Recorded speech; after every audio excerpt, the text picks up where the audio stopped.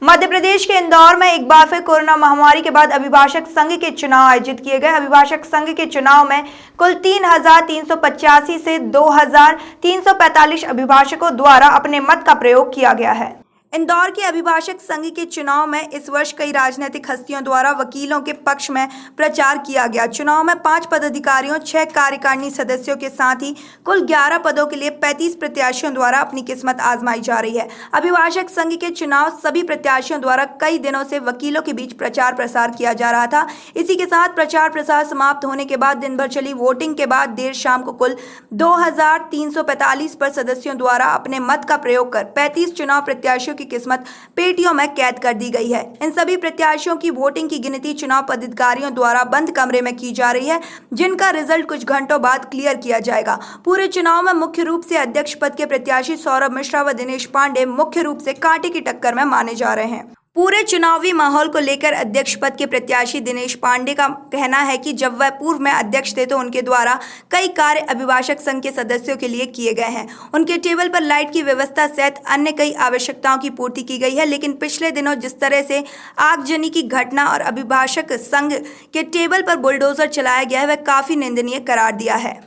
तो वहीं अध्यक्ष पद के प्रत्याशी सौरभ मिश्रा का कहना है कि चुनावी माहौल काफी शांतिपूर्ण तरीके से संपन्न किया गया है और अभिभाषक संघ सर्वोपरि है, सम्मानजनक पद है। इसके लिए सभी के आशीर्वाद के साथ चुनावी मैदान में उतरा हूं।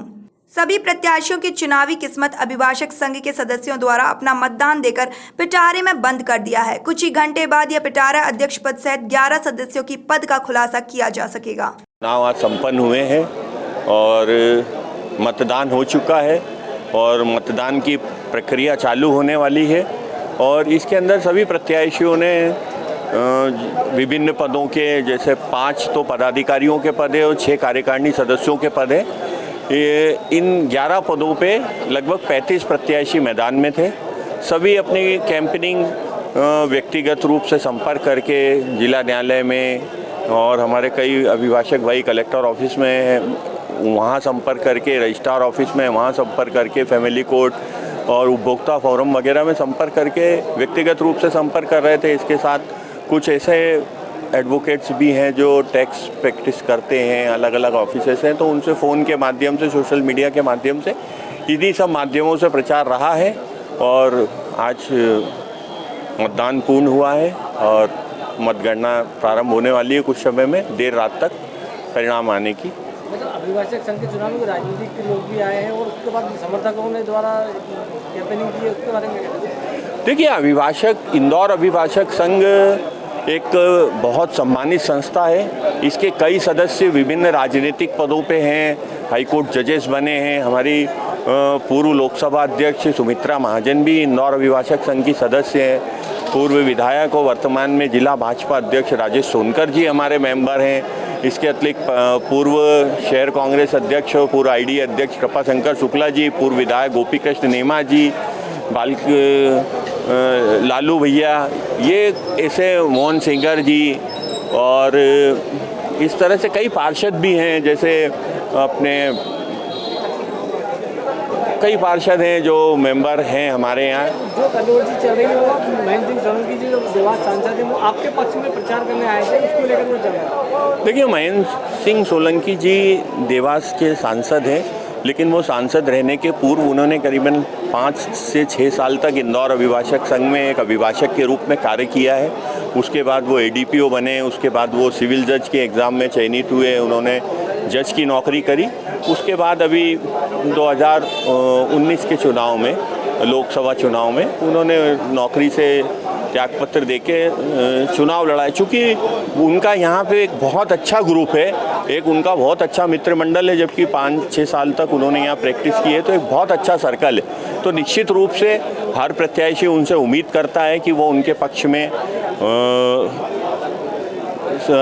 प्रचार करें और जो भी उनकी टीम के सदस्य लड़ रहे हैं, जैसे मैं भी उनकी टीम में था, मेरा भी उन्होंने समर्थन कहीं ना कहीं किया है। तो इस तरह से और भी मित्र उनके जो लड़ रहे थे विभिन्न पदों पे, उनका समर्थन करा और वोट देने आए थे। वो वोट देने के साथ उन्होंने यहाँ सब अपना पुराने जितने साथी थे सबसे मेल मुलाकात की। अब विरोधी पक्ष उसका कुछ भी आशय निकालता रहे, वो एक अलग बात है। लेकिन बेसिक रूप से आज एक मतदाता की हैसियत से वो यहाँ वोट देने आए थे। प्रचार की बात, सौरभ मिश्रा, एडवोकेट।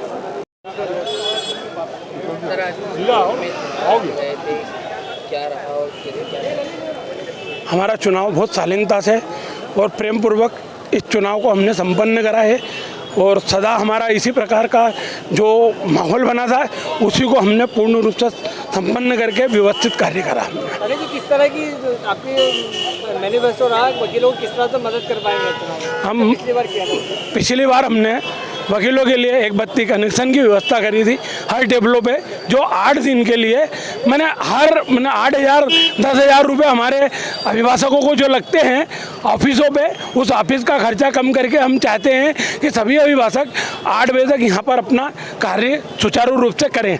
हमने पीछे का एक गेट बनाया, 2 सुलभ कॉम्प्लेक्स बनाए और 3 ट्यूबवेल खुदवाए। उसके बाद हमने यहाँ पार्किंग व्यवस्था करी, बैठने के लिए गार्डन चेयर लोगों के लिए बनाई, व्यवस्थित कोर्टें कराई, सबकी पुताई है और सारा काम करवाया। टंकी तोड़कर 3 स्थानों पर जूनियर अभिभाषकों को बैठने की व्यवस्था करवाई। महिलाओं को कुछ तकलीफ आती है बैठने के लिए, मैडम जी किस तरह? महिलाओं के लिए क्या है कि यहाँ पूर्व से जो व्यवस्था उन लोगों ने बना रखी है उसको संभालने के लिए बहुत सारी समस्या आती है। अब की बार यह है कि एक रूम हम उसको खाली करवा के महिलाओं का पूर्ण रूप से बार बनाएंगे। क्या है, यहाँ लोगों ने अपनी संस्था के नाम से कब्जे कर रखे हैं, बस इस कारण महिलाओं की पूर्ण रूप से व्यवस्था नहीं हो पा रही है, मगर अब हम इसको हटा करके और ये व्यवस्था संपूर्ण रूप से करेंगे। अरे जी, वकीलों के चुनाव यहाँ राजनीतिक हस्तक्षेप भी चलता, बहुत राजनीतिक समर्थक भी आते हैं। क्या लगता है आपको वकीलों के चुनाव राजनीतिक संरक्षण नहीं होना चाहिए? नहीं, होने ही नहीं चाहिए ना। अपने आप पे, अपने काम पे और अपने व्यवहार पर यहाँ का व्यवहार निर्भर है और विश्व का सबसे बड़ा समुदाय है अभिभाषक। अभिभाषक पूरे विश्व में 1 नंबर पे है और 1 नंबर का अभिभाषक, राष्ट्रपति भी उसको वकील साहब बोलेगा और प्रधानमंत्री भी उसके पास आएगा, वकील साहब बोलेगा, और जज साहब भी ऊपर से उसको वकील साहब बोलते हैं। तो हमारा वकीलों का एक समूह है और बहुत बुद्धिजीवी वर्ग है, मगर यहाँ कुछ ऐसे लोग आ गए हैं जिन्होंने इस अभिभाषक संघ को पूर्ण रूप से बदनाम करवाने का, पूर्ण प्रयास करने का कार्य करा है।